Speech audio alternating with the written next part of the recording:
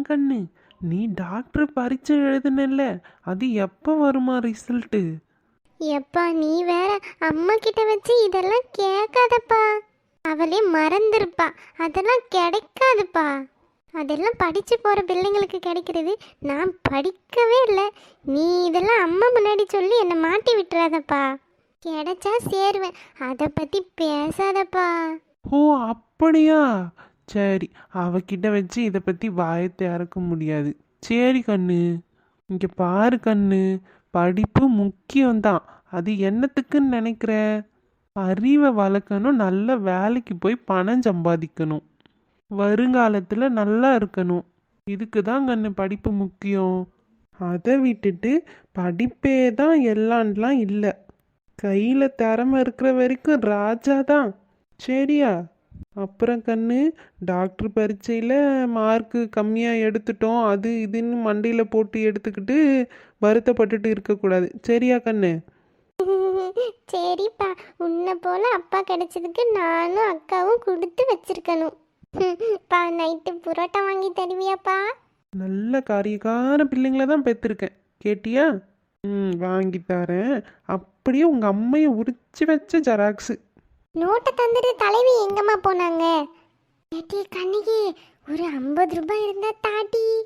என்கிட்ட ஒன்றுமே இல்லை ஆச்சி. நானே ஒவ்வொருத்தர்கிட்டையும் இந்த பணத்தை வாங்கிட்டு வந்திருக்கேன். 50 ரூபாய் போய் என்ன கொடுன்னு கேட்குறீங்க?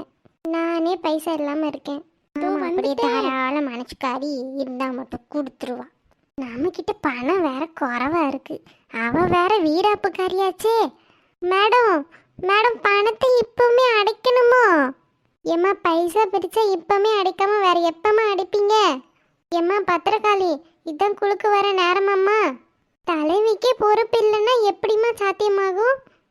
அப்படி இல்லை மேடம், வீட்டில் சமாளித்து வர்றதுக்குள்ளே அப்பாடான்னு இருக்கு மேடம். சரி, குழுவை ஆரம்பிச்சிருவோமா? பணத்தை வாங்கும் போது மட்டும் அப்படி இப்படின்னு வாங்க, மறுபடியும் செலுத்தும் போது அந்த காரணம் இந்த காரணம் சொல்லுங்க. சரி, இப்படி வாங்க. குழுக்கு பேர் யாரு? தலைவர் மேடம், இந்தாங்க நீங்கள் வாசிங்க. சீக்கிரம் பணத்தை பிரித்து சப்மிட் பண்ணுங்க, எனக்கு நேரம் ஆகுது. எக்கா, நான் பைசா தந்துட்டேங்க்கா. ஆச்சி, நீங்கள் பாதி பைசா தரல. அப்புறம் கண்ணகி, நீ 50 ரூபா தரல. வேற எல்லாரும் தந்தாச்சு. ஆச்சி, நீங்கள் பாதி பைசா தாங்க. கண்ணகி, நீ 50 ரூபா தா. இது அப்புறம் ஒன்று சொல்ல மறந்துட்டேன். யார் வீட்லேயாவது பிள்ளைங்க 12ஆம் வகுப்பு முடிச்சிருந்தா சொல்லுங்க. சரியா? 400 மார்க்குக்கு மேலே எடுத்திருந்தா கல்வி தொகை கொடுக்கலான்னு இருக்கோம். யார் வீட்லேயாவது இருந்தால் நோட் பண்ணி சொல்லிடுங்க.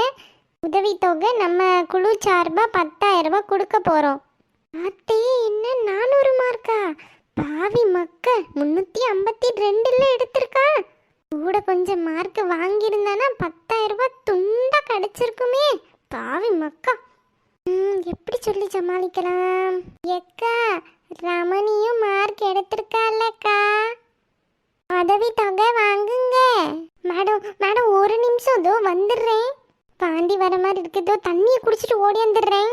ஏட்டி, எங்கிட்டி போற? தலைவியே குழுல இல்லைன்னா எப்படி டீ பத்திராளி? ஓ, என்னம்மா நீங்க தலைவியா இருந்துட்டு இந்த பொம்பளைக்கும் பொறுப்பில்லை, உறுப்பினராக இருந்துக்கிட்டு உங்களுக்கும் பொறுப்பில்லை. இப்படியே போச்சுன்னா என்ன அர்த்தம்? அட சீக்கிரம் பணத்தை பிரித்து வைங்கம்மா, நான் கிளம்பணும். இல்லப்பா, ஆமாம்மா. அட என்ன, 200 ரூபாய் வாங்கின கையோட தெரிச்சுக்கிட்டு ஓடியாடுறா. ஏட்டி, எதுக்கிட்டி இப்போ இப்படி மூச்சு வாங்க ஓடி வர? என்ன ஆச்சு? அது வந்து, ஹலோ, என்ன கீனா? ஓ, வீட்டுக்கு தான் வந்திருக்கேன், இதோ வந்துடுறேன். எக்கா, குழுக்காக மேடம் உங்க மவ மார்க் எத்தனைன்னு கேக்குறாங்கக்கா, உதவி தொகைக்கு சொல்றதுக்கு. கீனா, அதை பத்தி தான் சொல்ல வந்திருக்கேன். நீ நீ நீ ஒரு 458ன்னு சொல்லு. நீ வைய, இப்ப நான் வாரேன். சொல்லு, நான் 458ன்னு சொல்லுடி. பேரு கொடுக்காம விட்டுறாதடி. 10,000 ரூபா. சரிக்கா, பைசாவை நானே பிரிச்சு கொடுக்குறேன். சரி, வைக்கிறேன். வச்சு தொலைமா இவ அநியாயத்துல. ஏ என்னாட்டி? இந்த குழுல இருந்து 10,000 ரூபா கொடுக்குறாங்களாட்டி 12ஆம் வகுப்பு முடிச்ச பிள்ளைகளுக்கு. அது நான் மார்க்கு தான் 400 மார்க் வேணும்ன்றாங்க. நீ 352ல எடுத்திருக்க. 352 வச்சு ஒன்றும் செய்ய முடியாது. ஒரு 452ன்னு சொல்லி ஒரு சர்டிஃபிகேட் வாங்கித்தாட்டி. ஏட்டி பைத்தியக்காரி, மறுபடியும் ஆரம்பிச்சிட்டியா? ஆல்ரெடி மைக் செட்டு அது இதுன்னு கொண்டு வந்து நிறுத்தினேன். இப்போ பணத்துக்காண்டி போலி சர்டிஃபிகேட் அடிக்க சொல்றியா? ஏட்டி வாயில் ஏதாவது வந்துற போது ஓடிடும் அப்படியே. ஏங்க 10,000 ரூபாய் தாராங்க. உங்களுக்கு ஒரு விஷயம் தெரியுமா? கமெண்ட்ல வினோத்குமார்னு ஒரு பையன் 600க்கு 558 வாங்கியிருக்கான். இவளும் தான் வாங்கியிருக்காளே மார்க். ஏட்டி எனக்கு அதெல்லாம் தெரியாது, நான் பேர் கொடுக்க சொல்லிட்டேன்.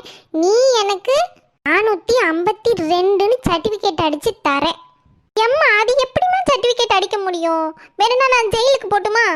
ஏட்டி பிள்ளைய போட்டு பாடா படுத்தாத. நான் ஏதாவது சொல்றதுக்கு முன்னே போயிரு. நீ கொஞ்ச நாள் உங்க வீட்டில் போய் இருப்போ. என்ன டீ சொல்லு. அக்கா குழுல மேடம் மார்க் சீட்டும் உங்க பொண்ணு போட்டோவும் கேட்டாங்க. எப்பா அம்மைக்கு என்னப்பா ஆச்சு? அவ ஒரு இதுவா தெரிஞ்சுக்கிட்டு இருக்கா கண்ணு. அவ போன வைக்கட்டும், அவளுக்கு இருக்கு. ஓடி வந்துடுறேனா? மேடம் கிட்ட சொல்லு. அக்கா அந்த மேடம்க்கு நேரம் ஆகுதான், சீக்கிரமா வர சொல்றாங்க. கீனா தோ வந்துடுறேன்டி. சொல்லு சொல்லு, தோ வந்துடுறேன் சொல்லு. எனக்கு தெரியாது, நாளைக்கு எனக்கு சர்டிஃபிகேட் வேணும், அவ்வளோதான் சொல்லிட்டேன். ஏம்மா உனக்கு பைத்தியம் மாமா பிடிச்சிருக்கு, நான் தான் சொல்கிறேன்ல அப்படியெல்லாம் பண்ண முடியாதுன்னு. இப்படிப்பட்ட பிள்ளையெல்லாம் பெற்றுட்டு நம்ம எதுக்கு இன்னும் இந்த வீட்டில் இருக்கணும்? நம்ம நிலைமையை யார் புரிஞ்சுப்பா? ஐயோ 10,000 ரூபா பணம் கொடுக்காதது கூட பெருசில்லை. இனி அந்த மேடம் முகத்தில் நான் எப்படி முழிப்பேன் ஆண்டவா? அம்மைக்கு என்ன பைத்தியம் பிடிச்சிருச்சாப்பா? கவர்மெண்ட் விஷயத்தில் போய் மார்க் எப்படி மாற்ற முடியும்? அப்பாவுக்கு என்ன ஆச்சு? உறைஞ்சு போய் உட்காந்துருக்காரு. அச்சச்சோ காப்பாத்துங்க. என்ன ஃப்ரெண்ட்ஸ் நீங்களும் இப்படி பார்க்குறீங்க? ஓகே, இந்த வீடியோ உங்களுக்கு பிடிச்சிச்சுன்னா லைக் பண்ணுங்க, ஷேர் பண்ணுங்க, கமெண்ட் பண்ணுங்க, மறக்காம சப்ஸ்கிரைப் பண்ணிடுங்க. தேங்க்யூ. முதல்ல 2 பேரையும் ஹாஸ்பிட்டல் கூட்டிட்டு போகணும். பாய்.